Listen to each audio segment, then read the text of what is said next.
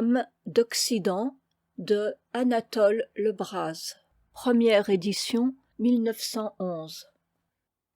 Le sonneur de Garland à Mademoiselle Sophie Godet. Le sonneur de Garland. 1. C'est une vieille petite paroisse, là-bas, au fond du pays morlaisien, dans la direction de la mer, sur le versant méridional de la combe du Dourdu. Une ceinture de collines l'enveloppe et l'isole. Elle est là, comme nichée dans un creux de verdure, à l'écart des routes passantes. N'était la pointe aiguë de son clocher, n'étaient, surtout, les gracieux carillons qui s'en échappent aux dimanches et jours de fête gardés, rien ne révélerait au monde son existence. Son joli nom de Garland lui vient, à ce qu'il paraît, d'un vieux saint oublié dont vous chercheriez vainement la vie dans le propre du diocèse.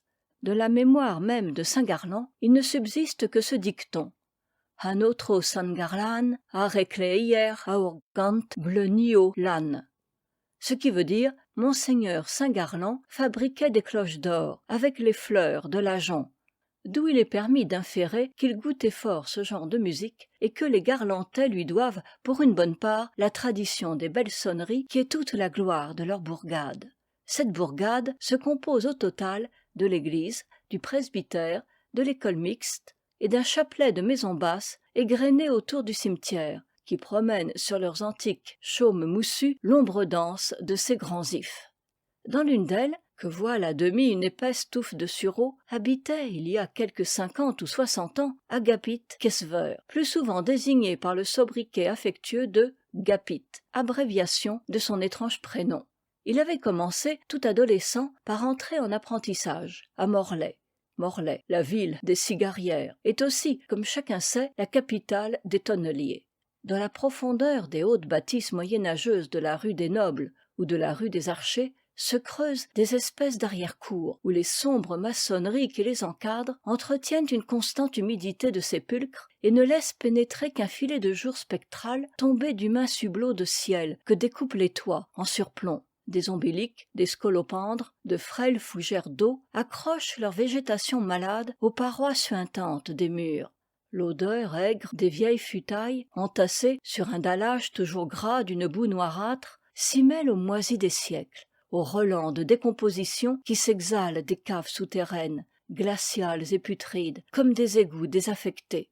5-6 années durant, Gapit Kesver avait besogné, en qualité d'apprenti tonnelier, dans une de ces basses-fosses, et déjà le bruit courait à Garland qu'il allait recevoir une paie de compagnon, avant même d'avoir atteint l'âge de la conscription, lorsqu'un après-midi de septembre, vers l'époque de la foire haute, on l'avait vu rentrer au village, en charrette, allongé sur une botte de paille, et si différent de lui-même qu'il en était devenu méconnaissable. Vous eussiez dit son fantôme. Il avait fallu le descendre de la voiture et le transporter à bras jusqu'à son lit, comme un blessé, comme un moribond. Longtemps, il était demeuré dans l'impossibilité de se mouvoir, les membres travaillés d'un mal secret qu'une rebouteuse, mandée de Plougaznou, avait déclaré sans remède. Cela lui était arrivé tout d'un coup, sans qu'il sût comment. Une nuit, il avait rêvé qu'on lui sciait les os et, le lendemain, il avait constaté avec épouvante que ni ses jambes ni ses mains ne lui obéissaient plus. Le sentiment unanime fut qu'il y avait du surnaturel dans son cas. Les gens de la ville avaient dû lui jeter un sort. Sa mère, veuve, et qui de 4 enfants n'avait conservé que lui, le soigna du mieux qu'elle put, avec des onguents de bonne femme, des oraisons compliquées et des pèlerinages aux sanctuaires les plus réputés de la région, particulièrement à Notre-Dame du Relecq, dont elle balaya la chapelle selon le rite, par 3 lundis consécutifs. Au bout de quelques mois de ce régime, et sa jeunesse aidant, Gapit Kesver se rétablit. Il se rétablit, mais resta chétif et contrefait, la taille comme cassée en deux par le milieu des reins, les épaules déviées, le col infléchi en avant du torse, objet d'étonnement et de commisération pour les personnes de son voisinage, que déconcertait toujours un peu l'inquiétante anomalie de cette tête de jeune homme sur ce corps de vieillard. Il fut des semaines sans se risquer hors du courtil familial. Son infortune lui pesait comme une honte. Le recteur lui apportait de temps en temps les consolations d'usage. « Il n'est que de se soumettre à la volonté de Dieu, mon enfant. » Il hochait la tête, murmurait « N'empêche que je serai toujours impropre à rien. » Mais ce n'était pas cette pensée dont il souffrait le plus. Il y en avait une autre, tout au fond de lui, qu'il n'eût jamais avoué, pas même en confession à l'article de la mort, et qui la nuit le tenait éveillé de longues heures à sangloter, sangloter sans fin, la face enfouie dans son traversin de balles d'avoine. Peu à peu, cependant, il prit sur lui de sortir, de se montrer, et, pour n'être pas complètement à la charge de sa mère, Grita la veuve, dont les ressources étaient plus que modestes, il se procura quelques vagues besognes domestiques, comme défibrer du chanvre ou tailler du lin. Bientôt, s'aguerrissant, il porta ses services dans la bourgade, là où il ne s'agissait que d'un petit coup de main à donner. On le vit à la forge tirer le soufflet, chez le sabotier affûter les tarières et les gouges, à l'église cirer le chœur ou ranger les chaises autour des piliers sous la direction de Jannou, le sacristain. Mais surtout, les jours de baptême ou d'enterrement, doubler Justin Lissiour, le sonneur, pour carillonner les Te Deum ou marteler les glas. Les cloches lui étaient des amies et des confidentes. Elles accueillaient sa peine et la berçaient en l'étourdissant. À exercer ainsi sa faiblesse, il lui sembla que les forces lui revenaient. Il rêva d'une résurrection possible. L'espoir, le désir violent de la santé ranimèrent ses énergies éteintes. Un dimanche de juillet, il alla jusqu'à se faire beau, comme avant sa maladie, et parut à la grand'messe. Il crut remarquer, pendant l'office, qu'on ne le regardait plus avec les mêmes yeux de commisération. Ce fut chez lui plus que du soulagement, presque de l'orgueil. Dans le cimetière, à l'issue de la cérémonie, il se mêla au groupe des autres jeunes hommes, ses camarades d'antan, échangea des bonjours avec les figures de sa connaissance. S'enhardit à ne point détourner la tête lorsque les jeunes filles débouchèrent du porche pour se répandre parmi les tombes. Une d'elles, l'apercevant, vint à lui. « Dieu merci, vous voilà sur pied, Gabit Kesver !» dit-elle d'une voix joyeuse, dont le timbre le pénétra jusqu'aux moelles. « Oui, Jeanne-Louise, » balbutia-t-il. Ce fut tout ce qu'il put répondre. Il se tenait devant elle, pâle, la gorge sèche, tout son sang formant boule dans son cœur étranglé.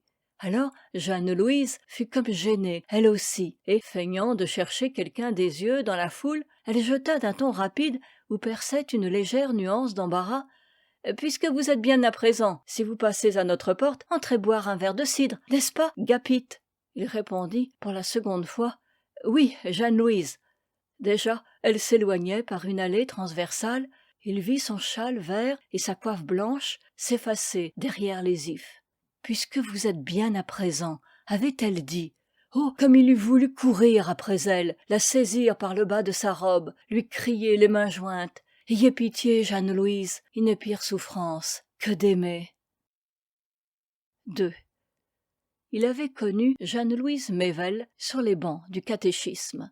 Ensemble, ils avaient fait leurs 3 communions, et, bien souvent, sous le prétexte de chercher des nids, il l'avait accompagnée, avec d'autres fillettes du même parage, le long du chemin creux qui menait du bourg à la tenue du Kergose où, depuis des générations, les Mével étaient fermiers. Leurs 2 pères avaient été liés d'une vieille amitié de régiment. Lorsque, à 13 ans, Gapit avait perdu le sien, Pierre Mével, qui portait la croix à l'enterrement, avait proposé à la veuve de prendre l'orphelin chez lui, comme gardeur de vaches, si toutefois il se sentait du goût pour les travaux de la terre. Mais, voyez-vous, avait-il ajouté, il n'y a plus grand-chose à faire de ce côté-là, si ce n'est misérer. À la place de votre garçon, qui est intelligent et qui a de l'école, moi, j'irais en ville quérir un gagne-pain, sinon moins fatigant, du moins plus profitable. À l'appui de son dire, il avait cité l'exemple d'Yvon Scolan, celui qui fut valet de charrue chez les Porzenparc. Un beau matin, le gaillard avait planté là le soc, secoué à la lisière du champ la glèbe de ses sabots et joué des jambes vers Morlaix, muni des 4 sous qu'il avait en poche.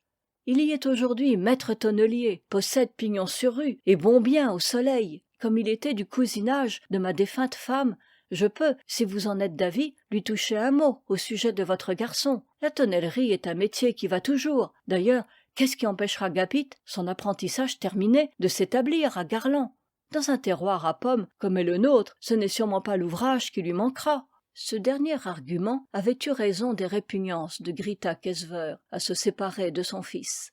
Gapit, lui, eût préféré paître, sa vie durant, les troupeaux de Pierre Mével, sans autre gage que la nourriture, pourvu qu'il lui fût accordé de la prendre à la même table que sa petite amie de catéchisme. Mais le fermier du Kerghoz, gouverneur de la fabrique paroissiale, était un de ces hommes considérables dont on ne discute point les oracles, lorsqu'ils vous font l'honneur de s'intéresser à vous. Séance tenante, il avait été décidé que l'orphelin s'expatrierait. Quand tu en seras à gagner tes 3 francs par jour, repasse au Kerghoz, lui avait dit Pierre Mével en guise d'au revoir. Si, à ce moment-là, tu aimes encore à dénicher les oiseaux, il y aura peut-être par ici une tourterelle pour toi. Il avait suffi de cette phrase pour dissiper la mélancolie de Gapit Kesver. Il était parti, le cœur vaillant, son mince baluchon d'exilé sur l'épaule, roulé dans un mouchoir de coton bleu. Il était parti, et voici qu'il était de retour, hélas, non pas lui, mais la ruine de ce qu'il avait été, et qui pisait, une ruine où s'était enraciné, d'autant plus vivace, son premier, son unique amour d'enfant. Car il l'avait toujours aimée, éperdument aimée, cette Jeanne-Louise Mével, et c'était de l'aimer, désormais sans issue, qui faisait sa torture intime, son vrai mal. Jamais il ne les gagnerait les 3 francs par jour, jamais elle ne serait pour lui la tourterelle du Kerghoz. Quelle apparence, en effet, que Pierre Mével, et pourquoi pas, après tout? Est-ce que sans lui, sans son conseil funeste, Gapit Kesver ne serait pas à cette heure un homme comme les autres, mieux tourné et plus capable que beaucoup d'autres? N'était-ce pas sur les instances du fermier et pour mériter Jeanne-Louise qu'il s'était précipité au-devant de son mauvais destin? Alors, on a beau régner en maître au Kerghoz, il faut tout de même compter avec sa conscience de chrétien, et celle de Pierre Mével n'était certainement pas sans lui répéter « Tu avais naguère promis ta fille à Gapit, comme une récompense. Tu la lui dois aujourd'hui, comme un dédommagement. » Ainsi ruminait l'infortuné, en regagnant le logis après la scène du cimetière. L'élan de Jeanne-Louise vers lui l'avait comme soulevé au-dessus de lui-même. Non, décidément, tout n'était pas désespéré. Eût-elle témoigné une joie si sincère de le revoir sur pied, comme elle avait dit, si, à son exemple, elle n'était demeurée fidèle à leurs sentiments d'autrefois? L'eût-elle prié à se désaltérer au Kerghoz, ne fût-ce qu'en passant, si le spectacle de sa disgrâce physique lui avait inspiré quelque aversion? Et au surplus, pourquoi ne s'en irait-elle pas comme elle était venue, cette disgrâce? Pourquoi ne réussirait-il pas à la vaincre? Pourquoi ne reviendrait-il pas à la belle plante humaine, robuste et droite, qu'il était hier encore, avant que l'humidité des caves morlésiennes n'eût aigri sa sève et noué ses rameaux? Qui veut peut. Il avait une telle envie, une telle fureur de vouloir. En lui-même il se jura, le Gapit Kesver qui reprendra le chemin du Kerghoz n'aura plus la tête sur le côté, ni le corps de travers.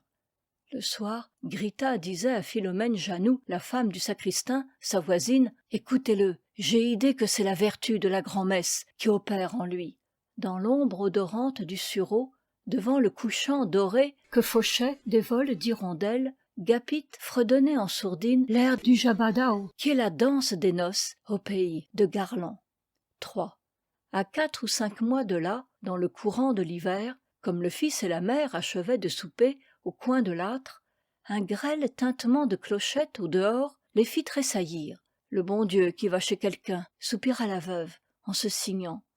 Elle supputait encore chez qui ce pouvait être, quand brusquement la porte s'entrebâilla. « Gapit !»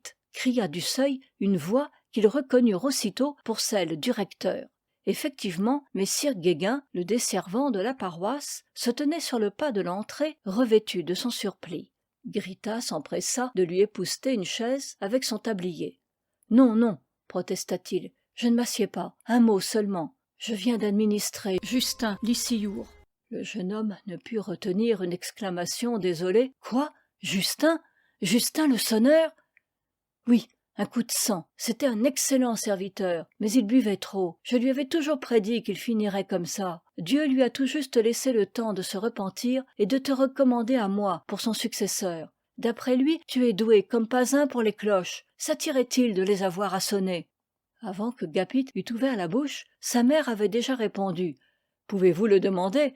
Dites que jamais il n'aurait osé rêver une pareille bénédiction. » De fait, c'était l'avenir assuré. Sans être lucrative, la fonction rapportait, bon an mal an, une pièce de 400 livres. Car, si les émoluments fixes étaient insignifiants, Il y avait le casuel, il y avait surtout les quêtes à domicile. J'ai de quoi faire vivre un ménage, se dit Gapit Gesver comme il rentrait chez lui, le surlendemain, après s'être essayé à sa première grande sonnerie pour les funérailles de Justin Lissiour. Il fut très vite un incomparable sonneur.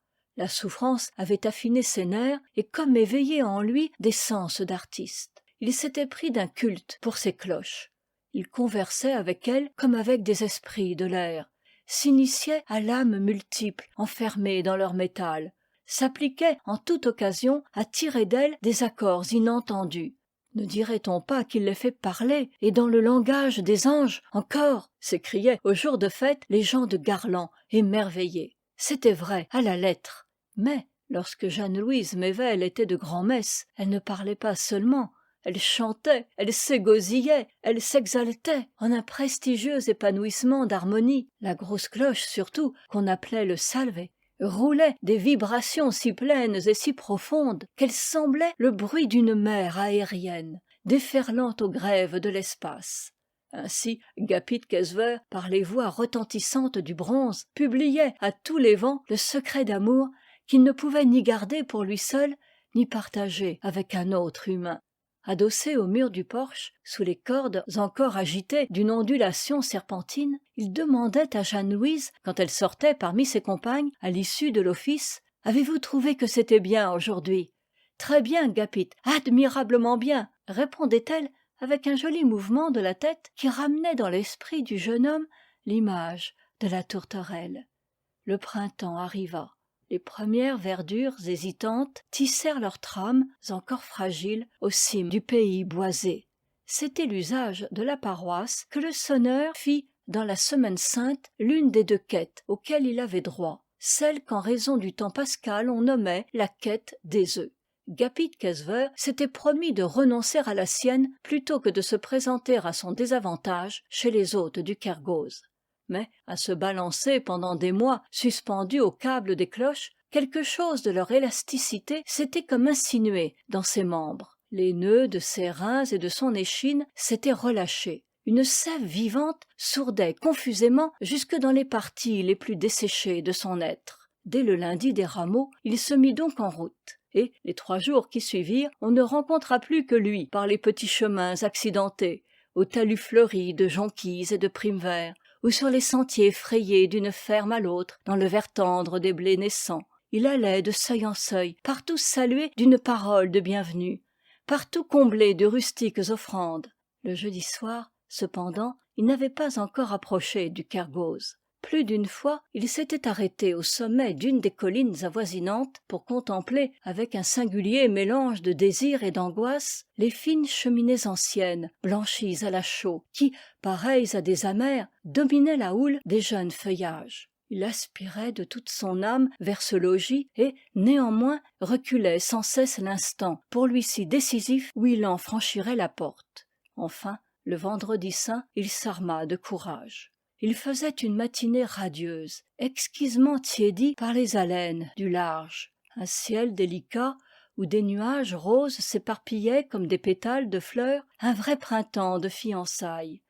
Dans la cour du manoir, le sonneur croisa Jeanne-Louise, qui se dirigeait vers les étables avec un faix de luzerne mouillé entre ses bras nus, les manches retroussées au-dessus des coudes. « Ah, c'est vous, Gapit !» dit-elle. Et, laissant glisser la provende qui s'étala comme un flot d'émeraude à ses pieds, elle le précéda dans la maison.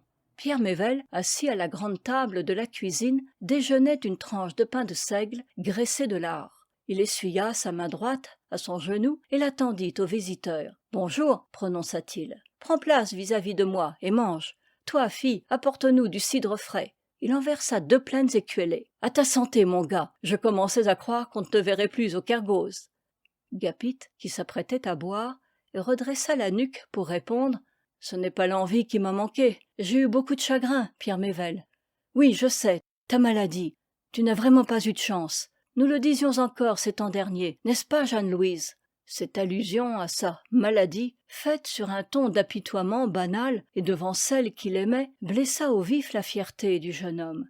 Il protesta presque avec véhémence. « Je n'ai plus de mal nulle part, et, pour la moisson d'août, je serai aussi gaillard que si je n'avais jamais été souffrant. » C'est le recteur qui me l'a dit, ajouta-t-il plus doucement, non sans rougir un peu de ce mensonge. Dieu le veuille, articula le fermier. Et après tout, il n'y a rien dont on ne puisse guérir à ton âge. Mais dans ses yeux se lisait l'incrédulité qui était au fond de sa pensée, et toute son attitude trahissait le mépris inconscient du campagnard robuste pour l'infirme. Il y eut un silence pénible. La jeune fille, par compassion pour son amie d'autrefois, intervint. « Ce qui est sûr, c'est que vous êtes le contraire d'un manchot. Jamais il n'y avait encore eu à Garland de sonneur tel que vous. Cela, il n'y a qu'une voix dans la paroisse pour le déclarer. » Les prunelles de Gapit Kesver brillèrent d'un éclat reconnaissant. « Oui, n'est-ce pas que mes cloches m'obéissent ?» s'écria-t-il. « Comme des servantes, à la vérité. » Pierre Mével avait quitté son banc. On entendit grincer un battant d'armoire dans la pièce voisine. Quand le fermier reparut, il tenait entre ses doigts une pistole, un jaunet de 10 francs qu'il voulut déposer ostensiblement dans la paume du sonneur. « Tu sais, il y aura l'appareil pour toi à chacune de tes quêtes, » fit-il avec une cordialité un peu emphatique. Mais Gapit, au lieu d'avancer la main, l'avait fourrée dans sa poche. « Hein, tu refuses ?» balbutia le paysan interloqué. Le sonneur s'était levé. Par une tension farouche de sa volonté, les poings cramponnés au rebord de la table, il s'érigeait, presque droit. Ses yeux, dont le bleu-gris s'était soudain foncé jusqu'au noir d'encre, s'attachèrent ardemment sur la jeune fille. « Jeanne-Louise, prononça-t-il avec lenteur, c'est de vous seule, que je requiers mes œufs de Pâques. Répondez-moi, s'il vous plaît, selon votre sentiment. Vous serez ou ma vie, ou ma mort. Sans vous, rien ne m'est rien, et ce que je suis venu vous quémander, c'est vous-même. Dites-moi d'un mot, d'un signe, si c'est oui ou si c'est non. » L'héritière avait écouté ce discours, les lèvres entr'ouvertes, comme frappée de stupeur, n'osant comprendre. Chez Gapit Kesver, tous les ressorts de la machine humaine s'étaient arrêtés. Il attendait dans une immobilité tragique la réponse de la jeune fille. Enfin, n'en pouvant plus, « Jeanne-Louise !» implora-t-il d'un accent de supplication passionnée. Jeanne-Louise le regarda, défit puis renoua d'un geste automatique les cordons de son tablier à ramages et courut se cacher au bas bout de la maison, prise d'une sorte d'affolement subit, traquée par une mystérieuse épouvante. Gapit Kesver gagna la porte, les jarrets vacillants comme ceux d'un homme ivre. En retraversant la cour, il aperçut à terre, devant lui, la jonchée de luzerne que Jeanne-Louise, au moment de son arrivée, avait laissé choir. Dans son égarement, il en ramassa une poignée et se mit à la mordiller, à la mâchonner tout le long de la route, comme ces insensés de la fable que le délire d'amour métamorphosait en bêtes. 4.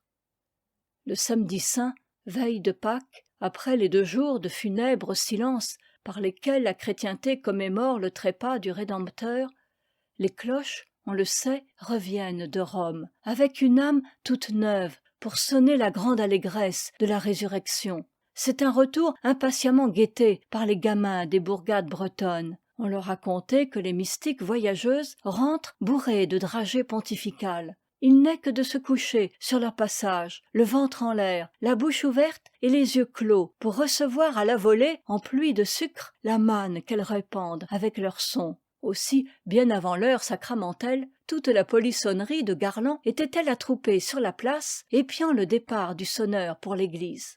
Garçonnets et fillettes l'acclamèrent dès qu'il se montra. Du temps de Justin Lissiour, il n'avait éprouvé que des déceptions. Les cloches avaient beau revenir de Rome, nul dragée ne s'échappait de leurs flancs. C'était apparemment que Justin Lissiour ne s'entendait pas à les faire tomber, il était trop vieux. Mais avec Gapit Kesver, on pouvait reprendre confiance. Des averses de bonbonnerie pascale allaient pleuvoir. « C'est le jour de sonner ta plus belle sonnerie, hein, Gapit ? Vous ne croyez pas si bien dire, les enfants ?» répondit le jeune homme en fendant la bande piailleuse qui se rua vers le cimetière sur ses talons. Il souriait, d'un sourire étrange et triste. Son corps semblait plus déjeté que de coutume, ses épaules plus inégales, comme si l'ancien mal l'eût ressaisi. Quand il pénétra sous la voûte du porche, où pendaient les câbles désœuvrés des cloches, les galopins, déjà étendus de leur long parmi les tertres des morts, lui crièrent d'une seule voix « Tire dessus! Tire ferme, Gapit !» Lui, cependant, ne faisait pas mine de vouloir commencer. À leur grand étonnement, ils le virent qui, au lieu d'empoigner les cordes, s'engageait dans l'étroit escalier de la tour. « Tiens, pourquoi donc grimpe-t-il là-haut » demanda quelqu'un. « Je parie que c'est pour mieux sonner » suggéra Doric Melegan, l'acolyte. Ils écoutèrent les pas de Gabit Kesver monter, se perdre dans la sombre spirale de pierre. Peu après, sa silhouette se dessinait en noir à travers le balustre ajouré de la galerie des cloches. Et tout aussitôt, les 3 battants entraient en branle. Doric Melegan avait touché juste. Ce devait être en effet pour mieux sonner que Gabit Kesver avait adopté cette manière nouvelle, car jamais encore, de mémoire d'homme, les oreilles des paroissiens de Garland n'avaient ouï musique aussi miraculeuse. Cela tenait à ce point du prodige que le recteur lui-même avait interrompu la lecture de son bréviaire et déserté la tonnelle de son jardin pour venir, au milieu de la bourgade, béer à cet ensorcelant carillon. C'était comme un chœur céleste, déployant des milliers d'ailes immenses dans l'azur. Tout le cri de l'espérance humaine ressuscitée, tout l'alléluia de la création rendue à la lumière, à la chaleur, à l'amour, palpitait magnifiquement sur le monde, en des accords à la fois puissants et doux, d'une amplitude et d'une suavité sans égale. Les commères, extasiés, ne savaient que joindre les mains sous le menton. Messire Guéguin songeait, feu Justin Lissillour ne m'avait pas trompé. Il a décidément le don, ce Gapit. C'est aussi émouvant que le cantique des cantiques. Mais à l'admiration succéda brusquement la peur. L'hymne triomphal s'était changé en une sorte de plainte, pesante, de gémissement solennel. Peu à peu, les coups s'assourdirent, s'espacèrent. Il tintait le glas, maintenant, un glas d'une tristesse inexprimable, lourd de larmes, tout gonflé de sanglots. Puis il y eut une pause lugubre, suivie d'un vaste soupir d'agonie où l'on eût dit que l'âme de la grosse cloche s'exhalait. Toute la bourgade, en désarroi, s'interrogea des yeux, avec anxiété. Qu'est-ce que cela pouvait bien signifier? On eut le pressentiment de quelque chose de funeste, peut-être d'irréparable. « Jannou, à la tour, à la tour !» commanda messire Guéguin au sacristain. Celui-ci hésitait. 2 paroissiens de bonne volonté, le maréchal Ferrand et le charpentier, lui offrirent leur concours. 5. Pendant une dizaine de minutes, qui parurent des siècles, on vit les 3 ombres s'agiter confusément dans la chambre des cloches, sous les gueules de bronze encore frémissantes. Après quoi, Pénèque, le charpentier, penché sur le rebord extérieur de la galerie et les mains en porte-voix, cria « Monsieur le recteur, montez, montez vite, il est besoin de vous !» Messire Guéguin s'élança vers le porche aussi précipitamment que le permettait son âge, et, pour la première fois de sa vie depuis qu'il était recteur de Garland, escalada les 86 marches qui menaient au couronnement de l'édifice. Il était tout haletant quand il déboucha sur la plate-forme. « Eh bien, quoi? Qu'est-ce qu'il y a? Où est Gapit? » « Il y a qu'il a voulu se périr, le pauvre. Voyez, dit Jannou, qui avait lui-même la couleur livide d'un cadavre. » Les 2 autres s'écartèrent et découvrirent au prêtre le corps du sonneur, allongé sur le dos, la tête appuyée à l'un des contreforts de la flèche. La figure était toute marbrée de plaques bleuâtres. À la commissure des lèvres, quelques gouttes de sang avaient perlé. « Le malheureux !» murmura messire Guéguin d'un ton où le blâme s'attendrissait de pitié. Le maréchal a été obligé de couper la corde de la grosse cloche, presque au ras du levier, reprit la voix dolente du sacristain. Le dommage n'est pas considérable, car elle n'était plus neuve, ajouta-t-il par manière d'excuse, dans la crainte sans doute que le desservant ne lui fît reproche d'avoir laissé détériorer le bien de l'église. Le maréchal ne pouvait pas donner une plus belle marque d'intelligence, dit messire Guéguin non sans vivacité.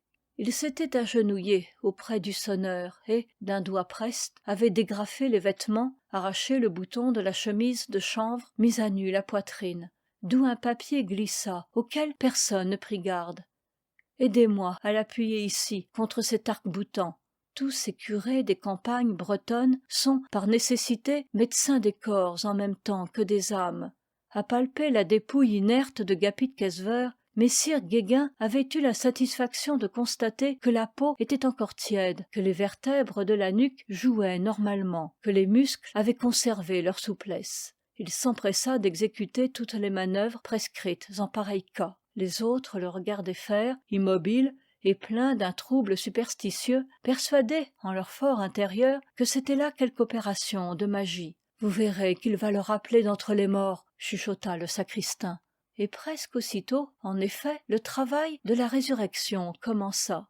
Le frisson de la vie parcourut les traits du sonneur, les paupières battirent, la gorge eut une aspiration éperdue comme pour boire d'un seul coup toutes les puissances régénératrices éparses dans le vent printanier. « Te Deum laudamus » proféra le prêtre, rayonnant, et les tira de la poche de sa soutane un cordial qui ne le quittait jamais, et en versa quelques gouttes entre les lèvres de Gapit.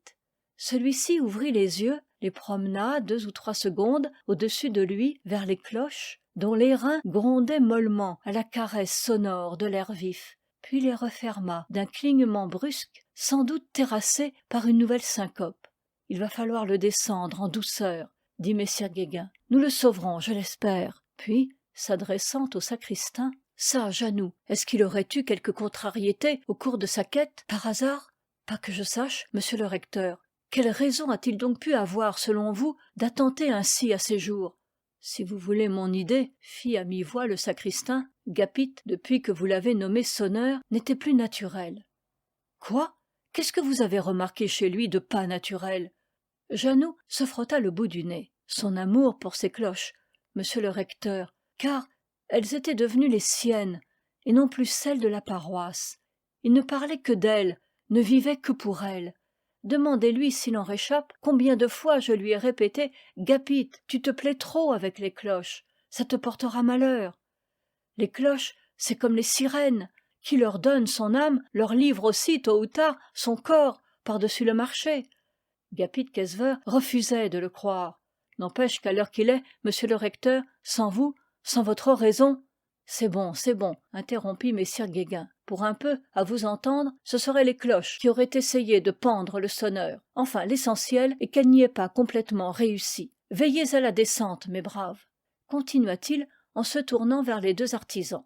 Ceux-ci soulevèrent Gapit, l'un par les aisselles, l'autre par les jambes, et, précédés du sacristain, qui n'avait pas négligé de s'emparer de la corde, ils s'engouffrèrent avec leur fait humain dans le noir de l'escalier. Le recteur se disposait à s'y aventurer derrière eux lorsqu'il avisa, traînant sur le parquet, une enveloppe de lettres, tombée là comme un message d'en haut. Il se baissa pour la ramasser. Elle était toute constellée de pains à cacheter multicolores et exhibait au recto, en guise de suscription, cette formulette d'écolier. Celui qui ce papier trouvera, à Gapit Kesver, le rendra, et surtout point ne le lira. Sinon, en enfer, il ira. Voilà une défense riche de promesses, se dit le vieux prêtre. Enfreignons-la donc, sans scrupule, malgré les foudres dont elle nous menace. Et, joignant l'acte à la parole, il fit sauter les cachets. Ce qu'il trouva, ce fut une de ces médiocres images de première communion où sont représentés des enfants bien sages et très endimanchés, s'agenouillant à la table sainte pour y recevoir l'Eucharistie. Elle était fanée, jaunie. Cette image, vieille déjà de près de 12 ans, mais pour subsister encore presque intacte, de quel soin pieux n'avait-elle pas dû être l'objet? Au dos, une plume maladroite avait tracé, en des caractères d'une application laborieuse, cette dédicace. À mon camarade de catéchisme. Sic, Gapit Kesver, souvenir de nos Pâques. Et c'était signé Jeanne-Louise Mével du Kergose, paroisse de Garland, arrondissement de Morlaix, Finistère. Tiens, se récria, sur 3 intonations différentes, le recteur. Ces 4 lignes, dans leur brève simplicité, venaient de lui en apprendre plus long que tous les radotages de cet imbécile de Jannou. Ses regards allèrent de la petite image puérile au levier de la grosse cloche, veuf de sa corde, plongèrent à plus de 100 pieds au-dessous de lui dans le terroir onduleux, strié de vallons, bosselé de collines, dont il était le maître spirituel. S'attardèrent un moment sur les toits du Kergose, reconnaissables dans le fouillis des verdures à leurs cheminées blanches, dorées de soleil, puis se perdirent au fond du ciel vaste, du jeune ciel velouté d'avril, tendu comme une soie immense sur les lointains resplendissants. Vos voix, Seigneur, sont impénétrables, murmura-t-il en inclinant sa toison de boucles grises où la tonsure luisait comme une fontaine parmi des saules. Et, après avoir logé la précieuse enveloppe dans la ceinture de sa soutane, il descendit. 6. Gapit Kesver fut pendant 3 semaines entre la vie et la mort. Et pendant 3 semaines, Jean-Louis Mével ne bougea pour ainsi dire pas d'auprès du lit clos, où il se débattait, en proie à d'effrayants accès de délire, suivis d'étranges torpeurs encore plus effrayantes. Dès le samedi sur le soir, elle s'était présentée chez Grita, la veuve. « Je viens de la part de monsieur le recteur », avait-elle dit sans autre explication. Et elle s'était installée à demeure au chevet de Gapit. Détermination qui ne parut singulière à personne dans la bourgade, puisque cependant l'homme de Dieu l'avait inspirée, et que Pierre Mével lui-même, loin de s'en montrer mécontent, s'y associait à sa manière en attelant tous les seconds jours son tilbury vert pomme pour aller à Morlaix quérir le docteur. Car cette fois on n'eut point recours à la rebouteuse de Plougaznou, ni non plus aux onguents variés des matrones, conseillères habituelles de Grita. À d'autres mots, il faut d'autres remèdes, avait déclaré Jeanne-Louise dès l'abord avec une autorité douce mais ferme. Sur le banc d'osier s'alignèrent de menus fioles aux étiquettes inintelligibles que la jeune fille manipulait seule. Les élixirs contenus dans leurs flancs avaient-ils une vertu plus efficace que l'eau du Rélec ou celle de Saint-Laurent du Pouldour? Ce qui est sûr, c'est qu'un matin, un joli matin de mai, sentant la menthe et le chèvrefeuille, la fièvre céda. Le médecin, après un rapide coup d'œil sur le malade, qui reposait comme un enfant, annonça qu'on entrait dorénavant dans la période réparatrice. Gapit Kesver était sauvé. Tout Garland, que le drame avait passionné, bien qu'il n'en soupçonnât point les vraies causes, tout Garland poussa un soupir de soulagement, comme si les destinées de la paroisse eussent été liées à celles du sonneur. Mais nulle action de grâce n'égala en ferveur celle que Jeanne-Louise Mével entonna dans le secret de ses pensées. Le docteur n'eut pas plus tôt pris congé qu'elle dit à la vieille Grita, d'une voix qui s'efforçait de rester calme, mais où tremblotaient des sanglots: « Maintenant que votre fils est hors de danger, il est plus que temps que je m'en retourne chez nous, où les choses du ménage sont un peu à l'abandon. D'ailleurs, Gapit ne tardera pas à recouvrer son entendement, et l'avis de monsieur le recteur est que je m'éloigne, avant qu'il ne regarde autour de lui, de peur que, pour une raison ou pour une autre, la vue d'une étrangère dans la chambre ne lui donne une brusque émotion. Avec les malades de son espèce, il suffit d'un rien, et tout est à recommencer. Il ne faut même pas qu'il sache que je l'ai soigné, comprenez-vous? Ne prononcez pas mon nom la première. Il y a peut-être en lui des choses dont il n'est pas bon qu'il se souvienne trop vite. Laissez-le se chercher, se rappeler. Si alors il s'informe de moi, mais à cette condition seulement, vous lui remettrez, s'il vous plaît, la lettre que je m'en vais incontinent lui faire. » Qu'il en soit selon votre volonté et celle de messire Guéguin, répondit avec componction l'excellente femme qui, depuis l'accident de Gapit, vénérait en l'héritière du Kergos une incarnation de la bonté céleste, l'ange même du dévouement. La burette d'encre et la plume dont le médecin se servait pour libeller ses ordonnances étaient sur la table. Jeanne-Louise tira de la devantière de son tablier la feuille de papier à bordure bleue qu'elle s'était procurée chez l'institutrice du village, et, de sa main la plus posée, elle écrivit: « Ceci, Gapit Kesver, est pour vous donner à connaître que, le lendemain du jour où je vous fis sans le vouloir une peine si grande, monsieur le recteur vint au Kergos m'apporter l'image qui est sous ce pli. S'il meurt, me dit-il, épinglez-la au mur, près de votre bénitier, afin que matin et soir elle vous fasse souvenir de prier pour son âme. S'il survit, eh bien, votre cœur vous conseillera si vous devez la garder ou la rendre. Merci à Dieu, vous survivrez, Gapit. Je vous la restitue donc. Ainsi me l'a conseillé mon cœur, mais, après ce que vous avez souffert à cause de moi, le vôtre n'aura-t-il pas changé d'intention ? Selon ce qu'il vous dictera, je serai votre heureuse ou votre malheureuse servante. » Et elle signa, en gros caractères, comme jadis, au temps de leurs amours enfantines, Jeanne-Louise Mével, du Kergos, paroisse de Garland. Un quart d'heure plus tard, après une courte visite au presbytère, elle dévalait, vive comme l'espérance, la pente caillouteuse du chemin creux que, 3 semaines auparavant, Gabit Kesver avait gravi comme un calvaire, l'âme triste, jusqu'à la mort. 5 jours passèrent, 5 jours longs comme des éternités, pour l'attente angoissée de la jeune fille. 5 jours pendant lesquels tout son être flotta comme en dérive, ballotté entre la confiance et le doute. Si, pourtant, il n'allait plus vouloir d'elle, à présent, si elle ne pouvait plus être à ses yeux qu'un objet d'horreur et d'exécration, après l'abominable péché qu'il avait failli consommer pour l'amour d'elle. À quoi Pierre Mével objectait en son verbe rude, tout pétri d'orgueil paysan. Il faudrait voir ça, par exemple, qu'un sonneur de 4 sous fût assez benet pour garder rancune à l'unique héritière du Kergose. L'argument, loin d'apaiser les craintes de Jeanne-Louise, les exaspérait. Ce benet-là, songeait-elle, vous a dit naguère « Je ne veux pas de votre argent. Pourquoi ne me dirait-il pas aujourd'hui ? Je n'ai plus que faire de votre tendresse. » Et ses affres la ressaisissaient de plus belle. À la 6e aube, elle n'y tint plus. Il en sera ce qui sera, mais j'en aurai le cœur net.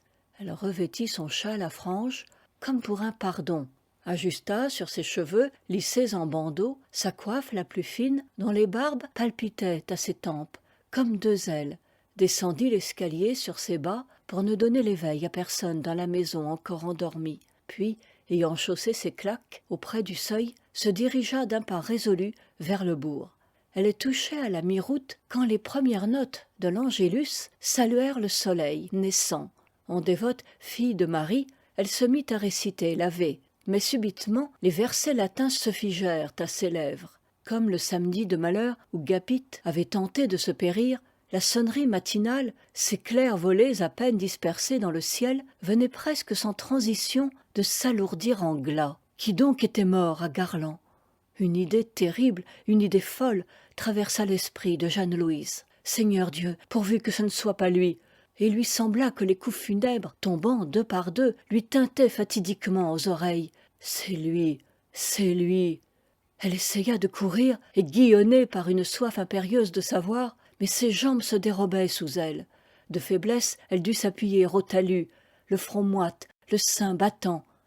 Et voici qu'elle n'eut plus envie de rien, sinon de mourir là, sur l'heure, afin que son corps fût joint à celui de Gapit, et qu'on dît d'eux, comme dans la complainte d'Isabelle le Cam, ils ont partagé la même fosse, s'ils n'ont point partagé le même lit. Un bruit de pieds nus dévalant au galop vers elle vint l'arracher à sa prostration. Elle feignit de reprendre sa marche. Du fond de la ténèbre verte, toute criblée de gouttes de lumière, une petite forme humaine, pelotonnée dans son élan, déboula comme un lièvre. Pour un peu, le gamin butait contre elle. Alors seulement, elle reconnut Doric Mélégant, l'acolyte. D'une voix saccadée, qui s'étouffait dans sa gorge, elle lui demanda, à brûle-pourpoint, « C'est moi que tu cherches ? Gapit est mort ?» Et, comme l'enfant de chœur ne disait mot, ahuri, l'haleine coupée, « Parle, au nom du Christ, parle !» « Gapit !»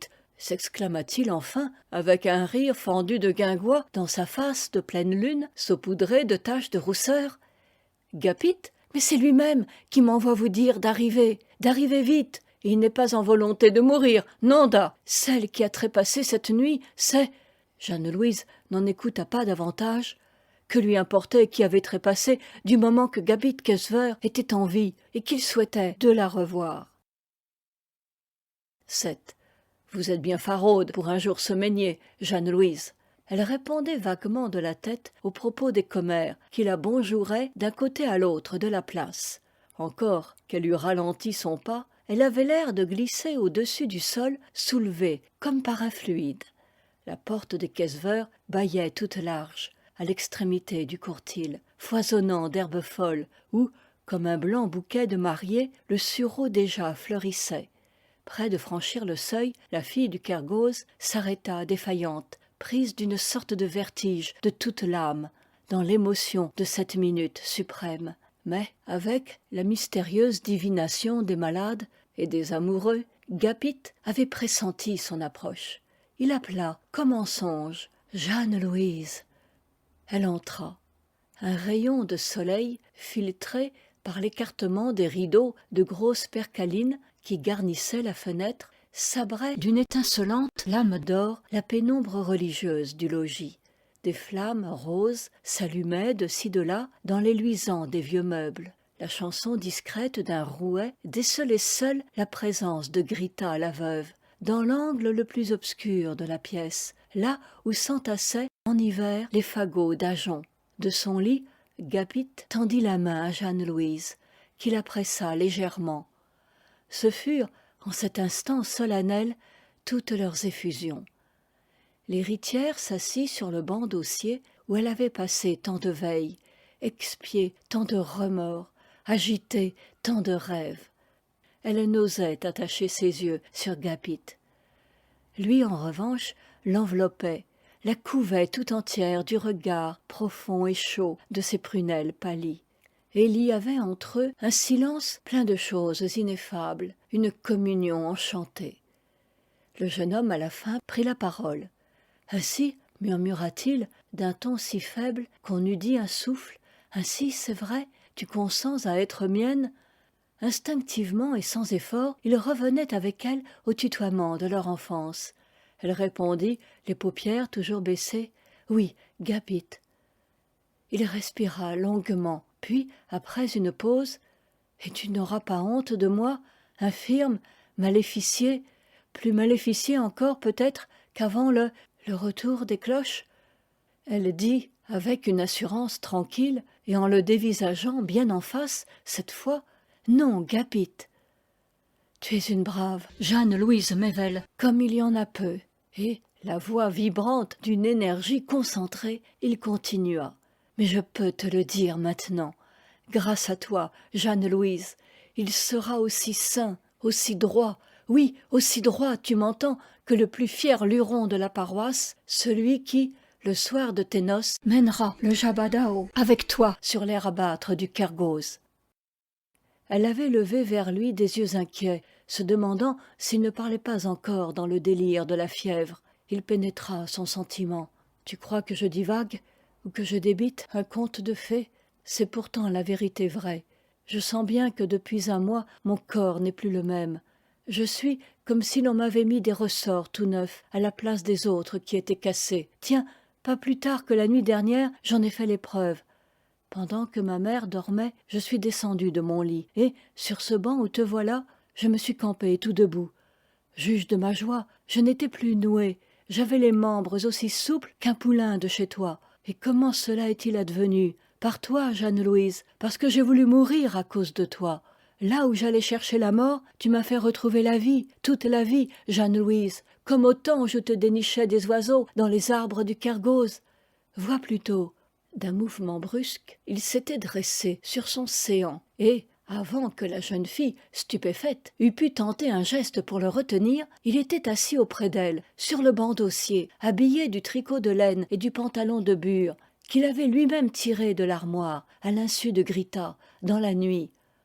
La crise meurtrière dont il achevait de sortir victorieux l'avait, en effet, labouré, retourné, renouvelé, transfiguré de fond en comble. Des ruines de l'ancien Gapit, un Gapit intact, avait surgi, hâve encore, et décharné, mais d'aplomb, avec la mine fière d'un jeune lutteur, qui viendrait de promener autour de l'arène le mouton, pris du combat. Jeanne-Louise, qui n'osait en croire ses yeux, lui souriait, muette, pétrifiée.